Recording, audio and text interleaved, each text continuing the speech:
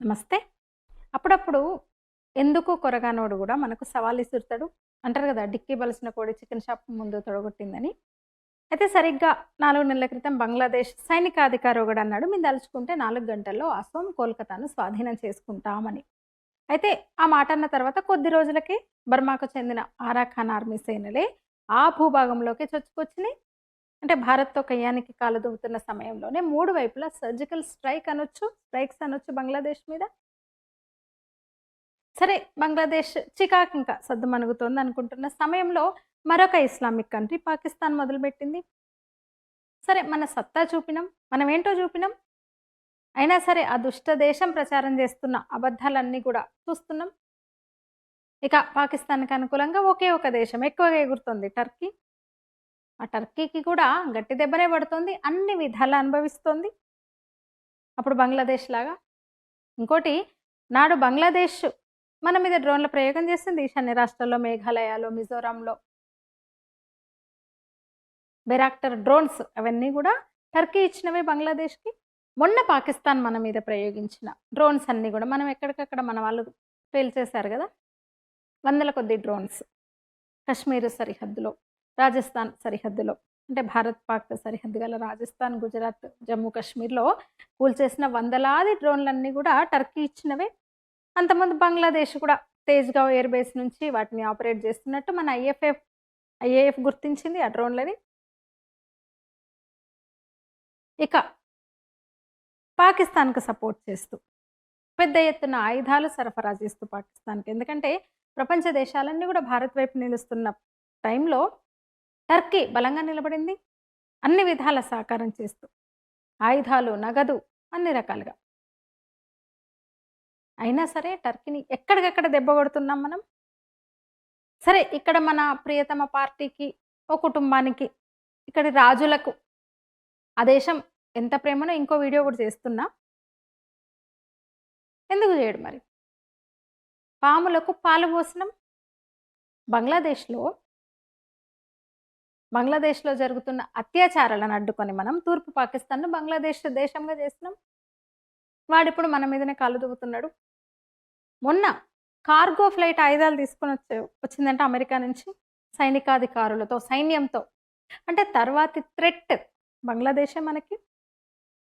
అంటే ఇప్పుడు 3 వైపుల నుంచి, ఇటు చైనాకు, అటు పాకిస్తాన్‌కు, ఇటు బంగ్లాదేశ్ ముగ్గురికి కూడా సమాధానం చెప్పాలి భారత్. అసలైతే మొన్నటి ఆపరేషన్ సింధూర్‌తోనే చెప్పగలిగినాం మనమేంటో. బిపిన్ రావత్ అన్నట్టు 2.5తో మనం యుద్ధం అన్నాడు కదా! 3.5 అయిందది.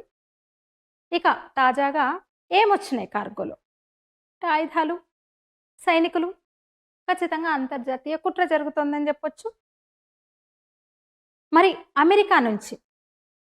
అమెరికా నుంచి కార్గోలో అంత పెద్ద ఎత్తున సైన్యాన్ని, ఆయుధాలను దింపింది మన పొరుగు దేశంలో. అంటే ఏంటి అసలు? అంటే అమెరికా ఏం చర్య తీసుకోబోతుంది? అమెరికా ఈ దూకుడుతో మన పక్కలే అమెరికా ఈ దూకుడుతో భారత్‌కి ఎట్లాంటి ముప్పుంది?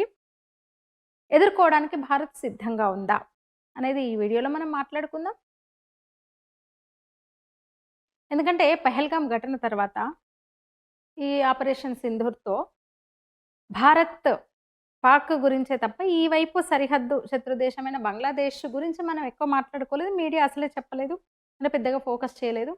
ఏం జరుగుతుంది బంగ్లాదేశ్ కేంద్రంగా అనేది, ఇటువైపు బోర్డర్‌లో ఏం జరుగుతుందో మనం మాట్లాడుకొని చాలా రోజులైంది.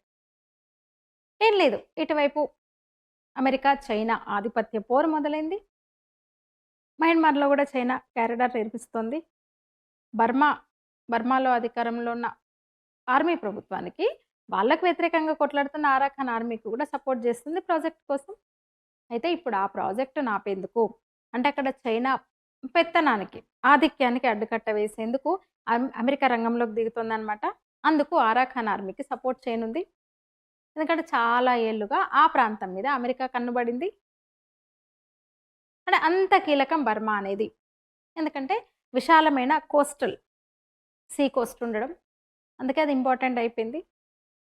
పూర్తిగా బంగాళాఖాతం తీరంగా ఉంటది. కొంచెం బంగ్లాదేశ్ బార్డర్ ఉంటది. కొంచెం ఇండియాకి గూడా సరిహద్దు కలిగి ఉంటది. చైనా ఉంటది పూర్తిగా. థాయిలాండ్, లావోస్ సరిహద్దులుగా ఉన్న దేశం మయన్మార్, బర్మా. అంటే సముద్ర తీరం, విశాలమైన సముద్ర తీరము, పోర్టులు, ట్రేడ్ ఇవన్నీ గూడా ప్రపంచం మీద పెత్తనం జేయాలనుకునే, చిన్న దేశాల మీద ఆధిపత్యం చెలాయించాలనుకునే చైనా, అమెరికా వంటికి ఇంపార్టెంట్ అది. పొరుగు దేశం మరొక పెద్ద దేశం భారత్‌కి గూడా అది ఆ పార్ట్ చాలా ఇంపార్టెంట్. అసలైతే అక్కడే పరిస్థితులు బాగుంటే, అంతర్యుద్ధం లేకుండా ఉండుంటే ఏషియాలో భారత్, చైనా తర్వాత ఆ స్థాయిలో అభివృద్ధి చెందిన దేశం అయ్యేది మయన్మార్. ఇప్పుడక్కడి పరిస్థితులు అంతర్యుద్ధాలు, ఒక రాజకీయ చైతన్యం లేకపోవడం, స్థిరమైన ప్రభుత్వం లేకపోవడం వీటన్నిటితో అందరి కన్ను ఆ దేశం మీద పడింది. చైనా, భారత్ సరే మరి సరిహద్దు దేశాలు. అమెరికా వాడి కన్ను గూడా ఇక్కడ పడింది. ఎందుకంటే తెలుసు ఆ దేశ నైజం అది. ఆక్రమించుకోవాలి, పెత్తనం చేయాలి, లొల్లులు పెట్టాలి, యుద్ధాలకు కారణం అవ్వాలి, నేనే యుద్ధం ఆపినా అని చెప్పుకోవాలి. అట్లా అంటే భూభాగము, సముద్ర జలాల మధ్య, పెద్ద దేశాల మధ్య పోటీ నెలకొన్న తరుణంలో బర్మా ఇప్పుడు ముఖ్యమైపోయిందనమాట. ఇప్పటికి కూడా నిజం చెప్పాలంటే ఇప్పటికి కూడా కొంచెం చైనా పెత్తనమే ఎక్కువుంది. చైనా నియంత్రణలోనే ఉంది ఆ కంట్రీ అని చెప్పొచ్చు.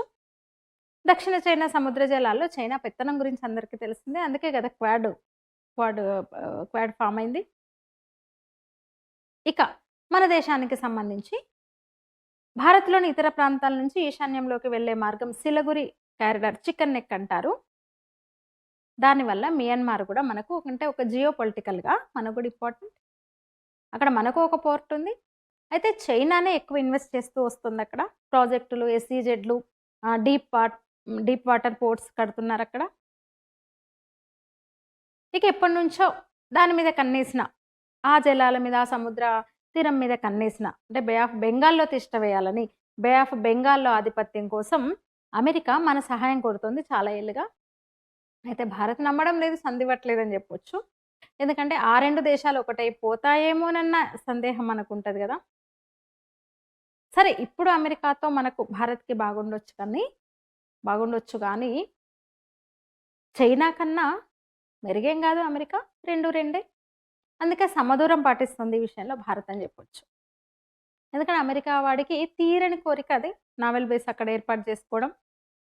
అసలైతే క్వాడ్ హెడ్ క్వార్టర్ కూడా అండమాన్‌లో పెడదామని భారత్‌కి ప్రపోజ్ చేసింది. కానీ భారత్ ఒప్పుకోలేదు. అంతేకాదు బంగ్లాలో సెయింట్ మార్టిన్ ఐలాండ్ అని అడిగింది. షేక్ హసీనా ఒప్పుకోలేదు. అసలామె ఒప్పుకోనందుకే అమెరికా, డీప్ స్టేట్ కలిసి ఆమెను దింపేసాయనేది గూడా తెలుసందరికీ. అయితే బర్మాలోని రఖైన్ స్టేట్‌కి దగ్గరలోని సెయింట్ మార్టిన్ దీవి ఉంటది. అక్కడే ఆ రఖైన్ స్టేట్‌లోనే మన పోర్ట్ గూడా ఉంది. ఇండియా పోర్ట్ గూడా అక్కడుందనమాట. అదే భూభాగంలో. అట్లా బే ఆఫ్ బెంగాల్‌లో నావెల్ బేస్ పెట్టుకొని చైనాను అలాగే భారత్‌ను కంట్రోల్ చేయాలన్నది అమెరికా ప్రయత్నం అనమాట. కుట్ర అనొచ్చు అనమాట. 250 అంటే హిరోషిమా, నాగసాకి మనం విన్నాం గదా! ప్రపంచ యుద్ధానికి సంబంధించి. వాడిన అలాంటి పవర్‌ఫుల్ న్యూక్లియర్ వెపన్స్ తిరుగుతున్నాయి బే ఆఫ్ బెంగాల్‌లో. ఇంకో పెద్ద కుట్ర కూడా పన్నింది అమెరికా. అంటే ఇందులో భాగంగా బే ఆఫ్ బెంగాల్ మీద, ఆ జలాల మీద, బంగాళాఖాతం జలాల మీద, ఆ తీరం మీద పట్టు కోసము చాలా కుట్రలే పన్నింది అమెరికా డీప్ స్టేట్. జో స్టేట్ అనే ఒక క్రిస్టియన్ స్టేట్ ఏర్పాటు చేద్దామనుకుంది. భారత్‌లోని 2 రాష్ట్రాలు అలాగే చిట్టగాంగ్‌ను కలిపి ఒక దేశం చేయాలని కుట్ర పన్నింది. తద్వారా సీ పోర్ట్‌ను తన దగ్గర పెట్టుకోవాలని. అయితే అమెరికా కుట్రను పసిగట్టిన భారత్ జాగ్రత్తగా ఉంటుంది ఆ విషయంలో. ఇప్పుడు బర్మాను అడ్డుపెట్టుకొని 2 దేశాలు కూడా ఆటాడుతున్నాయి. అటు చైనా, ఇటు అమెరికా. ఇక బర్మాకు సంబంధించి 1949 నుంచి కూడా అక్కడ అంతర్యుద్ధం. వేలాదిగా అంటే 2600 ఆర్మీ గ్రూపులున్నాయక్కడ. ఎవరికి వాళ్ళే అన్నమాట. చిన్న చిన్న ప్రాంతాలని వాళ్ళు పంచుకొని ఏలుతా ఉంటారు. మొత్తంగా జుంటాలంటారు. హుంటాల పాలనలో ఉంది ఇప్పుడది.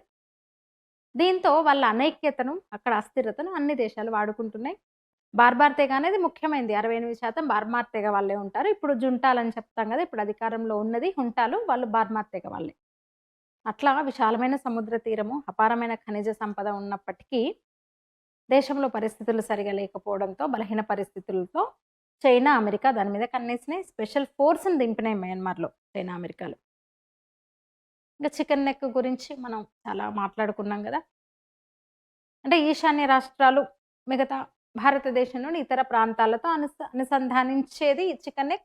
ముఖ్యంగా మిజోరం, మణిపూర్, అస్సాం. అయితే ప్రత్యామ్నాయంగా గూడా భారత్ ప్రత్యామ్నాయంగా మరో అంటే కలడాన్ ప్రాజెక్ట్ గూడా సిద్ధమవుతుంది ఆ ఏరియాలో. ఈ పరిస్థితుల్లో ఇప్పుడు పెద్ద ఎత్తున దళాలు, ఆయుధాలు అక్కడ దిగినాయి అమెరికా నుంచి. మరి ఏం జరగబోతుంది? అమెరికా అక్కడ ఐలాండ్‌లో మిలిటరీ స్థావరం అంటే చైనాను కట్టడి చేయడం కోసమే గదా! అక్కడ ఐలాండ్‌లో మిలిటరీ స్థావరాన్ని పెట్టడం, లేదంటే సైన్యాన్ని మోహరిస్తుంది, ఫోర్సెస్‌ని దింపుతుంది అంటే కేవలం చైనాను కట్టడి చేయడం కోసమే. ఎందుకంటే అది పూర్తిగా చైనా కంట్రోల్‌లో ఉందని చెప్పొచ్చు. ఆ చైనా కంట్రోల్ నుంచి ఆ ప్రాంతాన్ని తప్పించడానికి, తను పాగా వేయడానికి అమెరికా ప్రయత్నిస్తుంది. రోహింగ్యాల సమస్యను అడ్డుపెట్టుకొని ఆరాఖాన్ ఆర్మీకి సపోర్ట్ చేస్తుంది ఇప్పుడు అమెరికా. అసలైతే 3 నెలల క్రితం ఆరాఖాన్ ఆర్మీ బంగ్లాదేశ్‌లోకి ఆ సేనలు చొచ్చుకొని వచ్చినప్పుడు భారత్ సపోర్ట్‌తోనే అనే ప్రచారం గూడా జరిగింది. చేసినాయి అట్లా. అయితే ఆరాఖాన్ ఆర్మీకి భారత ప్రభుత్వం అధికారికంగా పెద్ద సహాయ సహకారాలు అందించింది లేదు గానీ, అవసరమైతే పనిచేయడానికి సిద్ధమన్న పరిస్థితిలో ఉండే. ఇప్పుడు గూడా ఆరాఖాన్ ఆర్మీకి భారత్ సపోర్ట్ చేయవచ్చు. ఎందుకంటే చైనాను కట్టడి చేయడమే భారత్‌కు గూడా గావాల్సింది. అదే సమయంలో నాణ్యానికి రెండో వైపు కూడా ఉంటది గదా! అక్కడ అమెరికా ఎంటర్ అయితే గనక మనకు గూడా ఇబ్బందే అవుతది. చికెన్ నెక్ మనకెంతో కీలకం. అయితే ఈశాన్య రాష్ట్రాలను దేశంలోని ఇతర ప్రాంతాల నుంచి కలిపే చికెన్ నెక్‌కు ప్రత్యామ్నాయంగా అయితే మోదీ వచ్చిన తర్వాత ఒక సుదీర్ఘమైన ఒక రవాణా మార్గం దాని మీద అయితే దృష్టి పెట్టారు. కోల్‌కతా, మయన్మార్ నుంచి మిజోరంకనమాట. ఒక ప్రాజెక్ట్ నడుస్తుందది.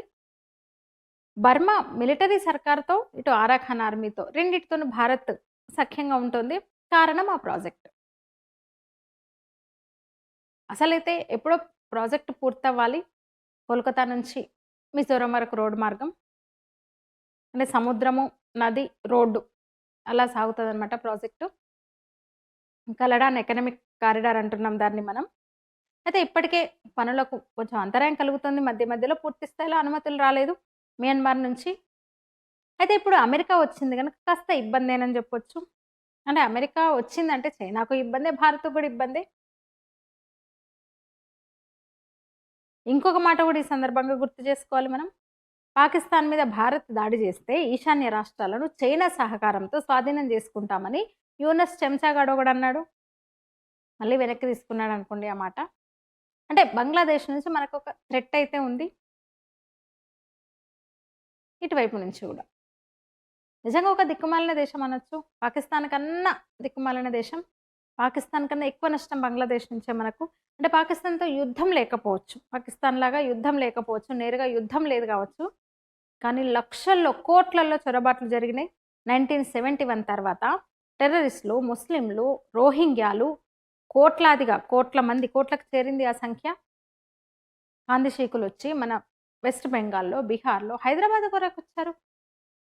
రోహింగ్యా ముస్లింలు, బంగ్లాదేశ్ ముస్లింలు, రోహింగ్యాలు లేని ప్రాంతము, లేని నగరము, లేని రాష్ట్రం లేదు భారతదేశంలో. అంత విపరీతమైన జనాభా, జనసంఖ్య ఆ దేశం నుంచి మనకొచ్చింది. మన ఆర్థిక వ్యవస్థ తిరోగమనానికి అది గూడా ఒక కారణం. పాకిస్తాన్‌తో మనకున్న శత్రుత్వం ఏదో మనకు బయటికి కనిపిస్తుంది. యుద్ధాలు జరుగుతున్నాయి గాబట్టి. కానీ బంగ్లాదేశ్ వల్లనే ఎక్కువ నష్టం మన దేశానికి. ఈ సందర్భంగా ఇంకో విషయం గూడా నేను జెప్పాలి. మనం మాట్లాడుకుంటున్నాం.